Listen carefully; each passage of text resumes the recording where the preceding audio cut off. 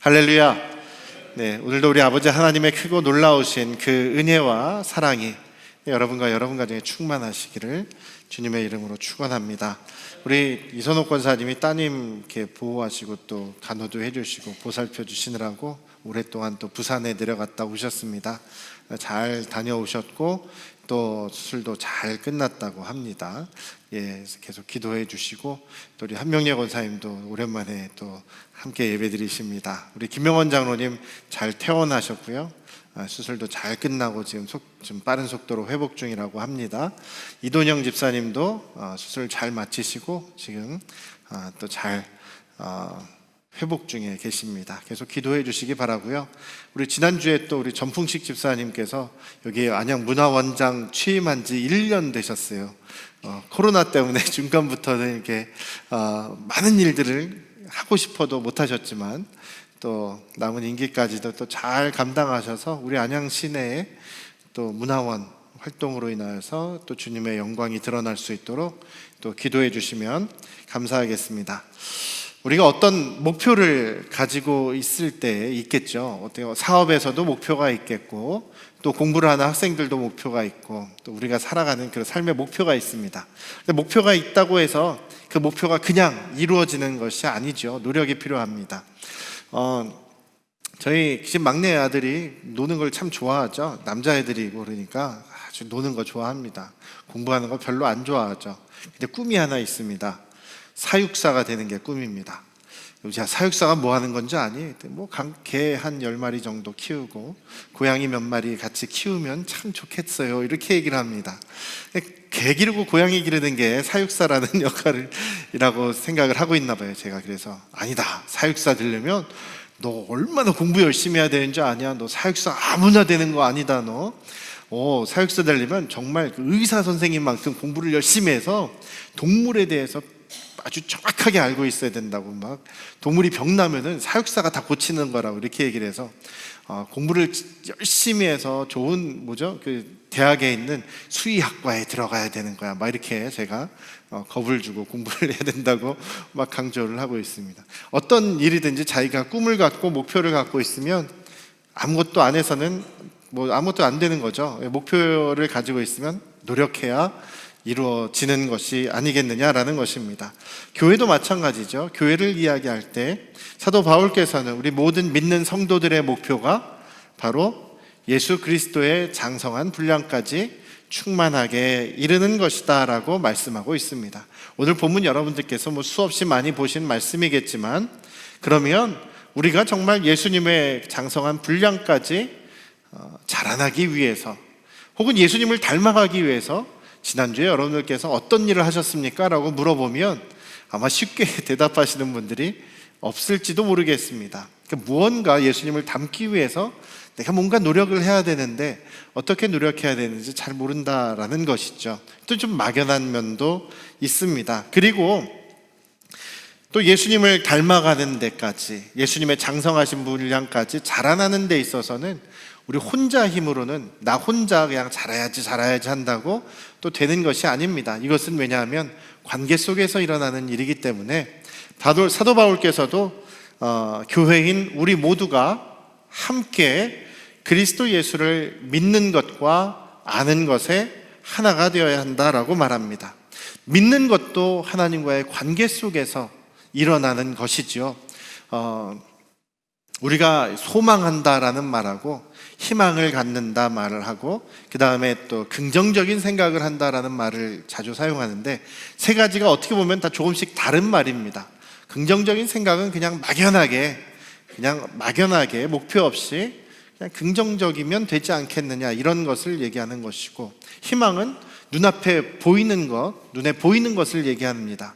내가 조금만 돈을 열심히 벌면 내년에는 지금 수입의 2배를 벌 수 있지 않겠느냐, 이런 노력에 대한 구체적인 목표가 바로 희망인 것이고, 우리의 믿음에서 우러나오는 소망은 보이지 않는 것, 미래에 대한 것을 바라는 것을 소망한다라고 이야기합니다. 바로 우리 눈에 보이지 않는 하나님을 믿는 것, 눈에 보이지 않는 아직 오지 않은 완전한 하나님 나라를 우리가 바라고 기대하는 것, 우리가 부활할 것을 소망하는 것, 이런 것들이 바로 소망입니다. 그런 소망을 가지는 것이 믿음의 첫걸음이죠. 그래서 이 소망 또한 믿음에서 시작을 합니다. 믿음이 있어야 우리가 소망을 가질 수가 있는 것이죠. 그리고 그 믿음은 우리가 함께 하나님을 경험함으로 또 생겨날 수 있고, 또 우리가 함께 주님을 경험하고 주님을 배울 때에, 알아갈 때에 우리가 주님을 아는 지식도 생겨나는 것입니다. 그래서 성경에서 이야기하는 이스라엘 백성들이, 유대인들이 안다라고 했을 때는 그냥 머리로, 지식으로 공부해서 아는 것이 아니라 서로 관계를 맺어가면서 서로 함께 지내면서 알아가는 그 관계에서 나오는 지식을 이야기하는 것이죠. 그래서 우리가 예수님을 향한 그 지식과 믿음이 자라나기 위해서는 우리가 함께, 교회가 함께, 서로가 함께 생활하면서, 서로 신앙 생활하면서, 서로 교제하면서, 서로 예배하면서, 서로 봉사하고 섬기면서 이런 것들이 가능하다라는 것입니다. 그래서 우리가 예수님의 그 장성한 분량까지 성장하기 위해서는 우리 모두가 함께 노력해야 되는 부분이다라는 것이죠. 근데 그 노력하는 부분을 우리가 잘 알고 또 어떤 원리를 가지고 우리가 예수님의 장성하신 분량까지 성장해야 되는 것, 그것이 오늘 함께 나눌 말씀이 아닌가 싶습니다. 사진 하나 보시면은요, 이게 어쩌다 보니 저희 집에서 기르게 된 그 맥스라는 그 스탠다드 푸들인데요, 한 20kg가 넘어요. 거의 30kg 가까이 되는, 지금 저희 집에 와서 잘 안 먹였더니 20kg 정도 좀 넘는 개입니다. 되게 잘생겼죠. 남자애인데 10살입니다. 너무 착하고 순하고 아주 그 배변도 잘 가리고 그래서 키우기가 참 쉽습니다. 혹시 여러분들 중에서 원하시는 분이 계시면 저희가 기꺼이 양도해 드릴 건데요. 원래 이게 저희 외사촌 동생이 기르는 건데, 그 집안에서 기르다 보니까 지금 애를 셋째를 지금 지지난주에 셋째를 낳았어요. 그래서 갓난아기 있고 뭐 애들 또 어린애들 셋을 키우다 보니까 비좁고 하니까 일단 뭐 어떻게 이제 알아보려고 이제 다른 데 주려고 하다가 어떻게 사연이 돼서 저희 집에서 그냥 당분간 맡아서 기른다고 해놓고서 지금 몇 달이 지나가고 있습니다. 어쨌든 멋있거든요. 사진은 저렇게 나왔는지 몰라도 되게 멋있습니다. 그런데 몇 달 지나니까 이제 털이 자라잖아요. 그래서 이거 어떻게 하지 하다가 할 수 없다. 제가 깎았어요. 그 바리깡으로, 사람 깎는 바리깡으로 깎고 이렇게 하다 보니까 90%를 제가 하고, 제가 엉망으로 만들어서 저희 아내가 10%를 이렇게 뒷수습을 했는데, 보시죠. 무슨 그 드라마, 외국 드라마에 나오는 그리스 아줌마 같은 그런 모습으로 바뀌어 버렸습니다. 다시 앞에 한번 다시 전의 모습하고 보여주세요. 전의 모습, 후의 모습, 제가 망친 모습 다시 보여주세요. 네네, 됐습니다. 이제 가려주시고요. 무슨 얘기냐면 제가 어떻게 깎아야 되는지 모르는데 그냥 대충 깎자 하고선 막 깎은 겁니다. 그러니까 원래 머리를 이렇게 남겨놔야 되는데 머리를 그냥 빡빡 밀어버렸어요. 그러니까 아주 이상한, 아주 웃긴 모습이 됐죠. 많이들 안 오시는데 굉장히 웃긴 모습이라고 보여드린 건데 웃긴 모습이 되어버렸습니다. 우리가 뭔가를 하더라도 배워야 되고 노력을 해야 된다라는 얘기를 하려고 이걸 보여드리는 건데, 그래서 제가 유튜브라도 봐서 어떻게 깎는지 좀 보고 했으면 좀 낫지 않았을까라는 생각을 하면서, 후회하면서, 머리가 이제 다시 제대로 자라나려면 몇 달을 또 길러야 되지 않겠습니까?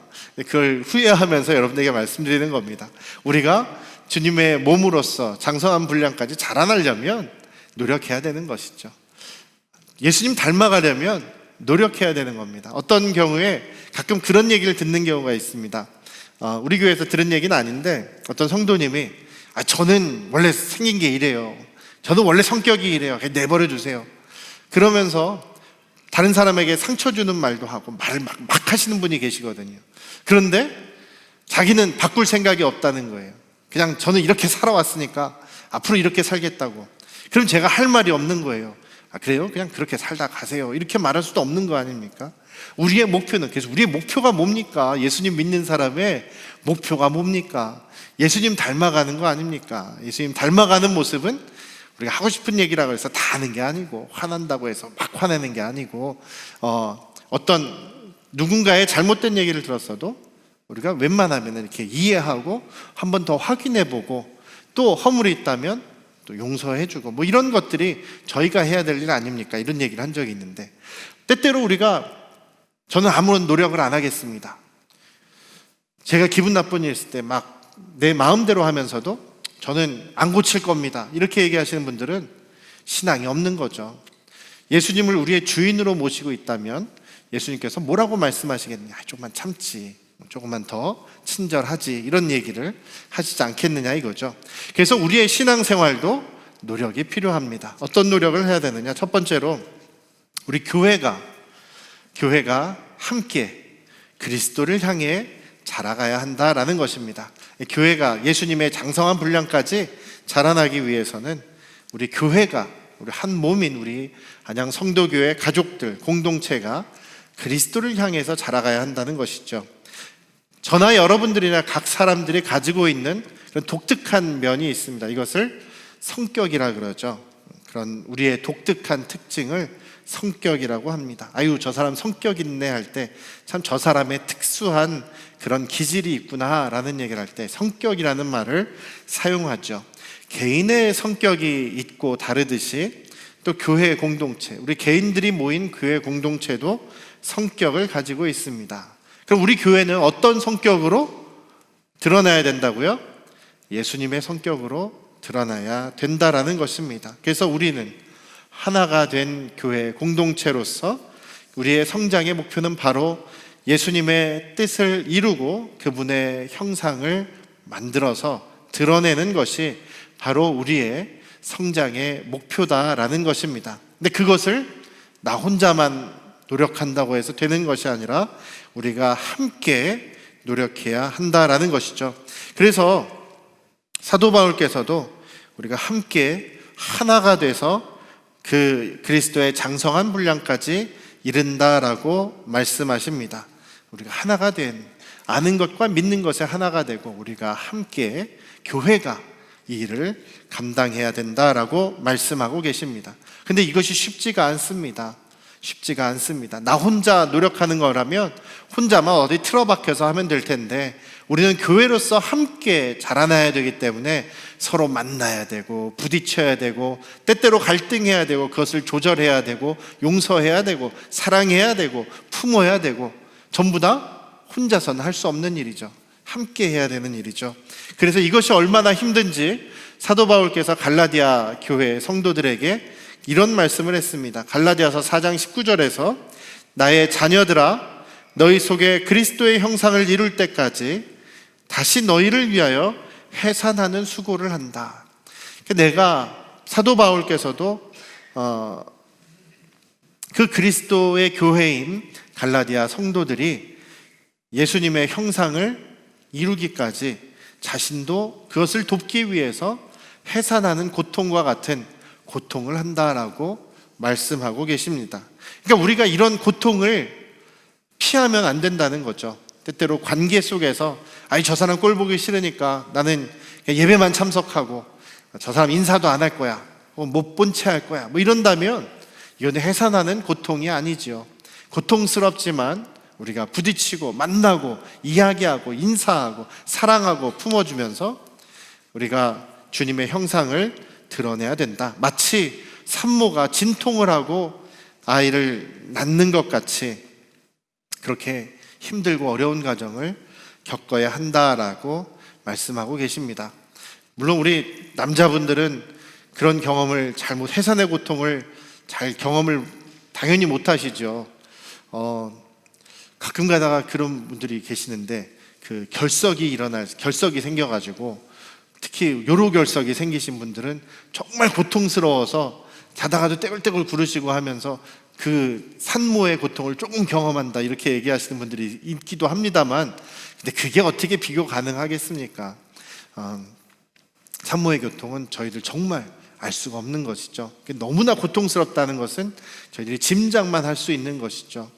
우리가 그런 고통도 피한다면, 그런 고통을 받기 싫어서 피하기만 한다면 우리는 주님의 그 형상으로 자라나기 어려울 것입니다. 사랑하는 우리 안양 성도교회 가족 여러분, 때때로 고통스럽지만 우리 함께 노력함으로써 주님의 형상이, 우리 교회가 주님의 형상이 되도록 함께 노력하시기를 주님의 이름으로 축원합니다. 두 번째로, 그래서 저와 여러분들, 우리들은 바로 이 예수님을 닮아가는 것, 예수님을 향해 자라나긴 그 일을 위한 사역자라는 것을 잊지 않아 주시기를 부탁드립니다. 사역자라는 말은 저희도 말씀드린 적이 있지만 이거는 목회자만을 이야기하는 것이 아닙니다.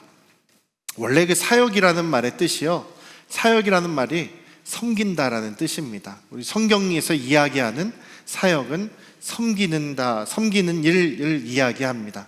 그래서 사역자라는 얘기는 섬기는 사람을 이야기합니다. 우리 목회자만 섬기는 자입니까? 아니죠. 우리 안양 성도교회 모든 사람들은 바로 섬기는 사람들입니다. 그래서 예수님께서 이런 말씀을 하셨죠. 마가복음에서 너희 중에는 그렇지 않을지니 너희 중에 누구든지 크고자 하는 자는 어떤 자요?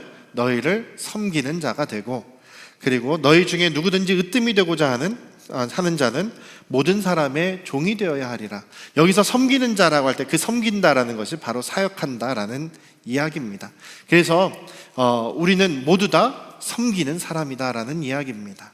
그래서 특별히 저와 우리 전도사님들과 같은 목회자들은 교역자라고 얘기를 합니다. 섬기는 사역을 하되 말씀으로 섬기는 사람, 가르침으로 섬기는 사람들을 교역자라고 따로 얘기하는 것이죠. 그래서 저도 가끔 헷갈리긴 합니다만 교역자라는 말을 거의 사용합니다. 사역자라는 말을 안 쓰고, 왜냐하면 사역자는 우리 모두가 사역자이기 때문입니다. 그래서 우리 한국교회 성도들이 사용하는 말 중에 제일 잘못된 말이 뭐냐면 평신도라는 말이에요. 평신도라는 말은 사역자가 아닌 사람, 사역하지 않는 사람을 평신도라고 사용을 하거든요. 근데 그 말은 잘못됐어요. 왜냐하면 우리는 모두 다 섬기는 사람, 사역하는 사역자들이기 때문입니다. 그래서 저와 여러분들이 다 사역자라는 사실을 잊지 않으시기를 주님의 이름으로 축원합니다.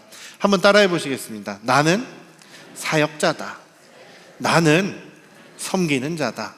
그렇죠. 저와 여러분들은 섬기는 사람. 대신에 섬김의 종류가 다른 겁니다. 그러니까 섬김의 종류는 무엇이냐면 우리가 받은 은사대로, 각각 우리가 받은 은사를 가지고 섬기는 것이 바로 우리가 각각 다르게 사역하는 일이다라는 것입니다. 그래서 우리가 70세에 목회자를 은퇴하고 또 혹은 장로님이나 권사님들을 은퇴했다고 해서 우리의 사역이 끝나는 것이 아닙니다. 우리의 사역은 주님 다시 만날 때까지, 하나님 나라 갈 때까지 계속 우리의 일을 하는 것이 바로 사역이라는 것이죠. 섬기는 일이 바로 사역이라는 것입니다. 그래서 오늘 본문에서도 교회가 세워져서 그리스도의 장성한 분량까지 이르게 하는 것이 바로 성도의 섬김, 사역을 통해서 이루어집니다. 그것이 바로 봉사라는 말로 또 다르게 사용하고 있죠. 섬기는 것, 봉사, 사역하는 것 다 같은 말입니다. 그래서 12절에 보면 이는 성도를 온전하게 하여 봉사의 일을 하게 하며 또 그를 통하여서 그리스도의 몸을 세우는 것이 우리에게 그 직분자들을 세워주신 목적이다라고 바울 사도는 말씀하고 계신 것입니다. 그래서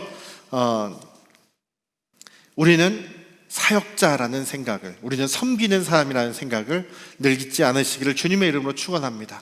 오늘날 우리나라만 그런 것은 아닙니다만 많은 그런 병을, 우리 믿는 사람들이 병적인 것을 하나 갖고 있는 것이 무엇이냐면 소비자 그리스도인으로 살아가는 것입니다. 소비자 그리스도인으로 살아가는 것. 자신이 슈퍼에서 이렇게 물건을 사는 사람, 혹은 시장에서 물건을 사는 사람 같은 그런 모습으로 신앙생활, 교회 생활을 한다는 것입니다. 이러한 사람들은 쉽게 이 교회 저 교회 옮겨 다니죠.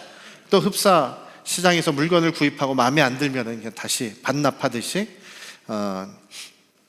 교회를 다니면서 교회를 보면서 아유 교회 이 프로그램이 잘 돼 있네, 혹은 여기 시설이 잘 돼 있네, 이런 것들만 따라다니는 겁니다. 내가 원하는 거, 나하고 이게 이런 부분을 나한테 잘해주는구나. 여기는 뭐 그냥 메뉴가 밥이 너무나 막 그냥 좋네, 뭐 이런 식으로 해서 자기가 원하는 것만을 따라다니는 그런 사람들이 바로 이 소비자 그리스도인다라고 그렇게 이야기를 합니다.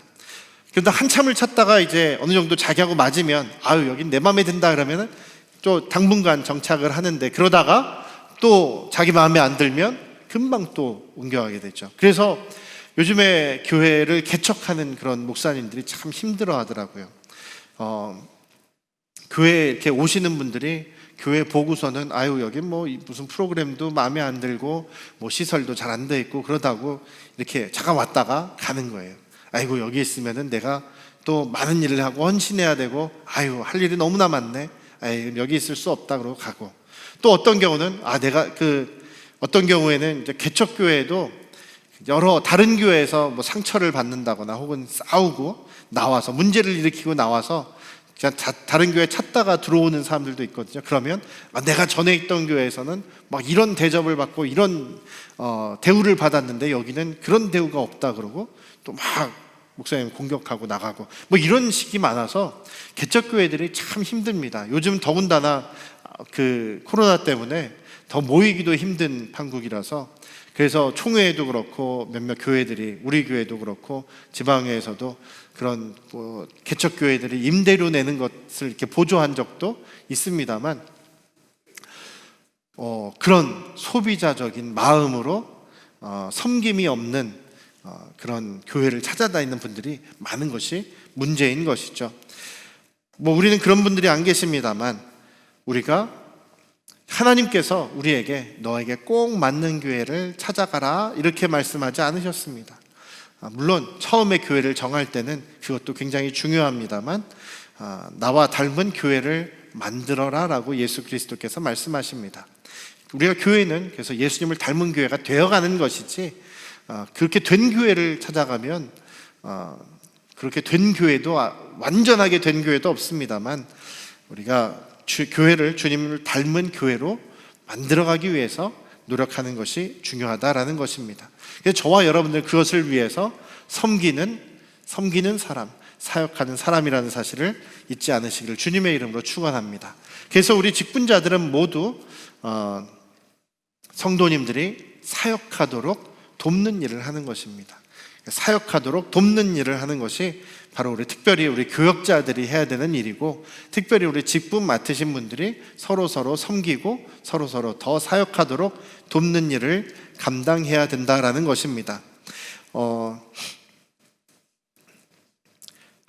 12절을 제가 읽어드렸습니다만, 예수님께서 어떤 사람은 사도로, 어떤 사람은 선지자로, 어떤 사람은 복음 전하는 자로, 어떤 사람은 목사와 교사로 삼으셨는데, 그 이유는 무엇이냐면 성도들을 온전하게 하여 봉사의 일을 하게 하여 또 그리스도의 몸을 세우게 하시려는 것이다 라고 말씀하고 계십니다. 특별히 여기서는 말씀을 가르치는 교역자들의 일을 이야기하고 있습니다만,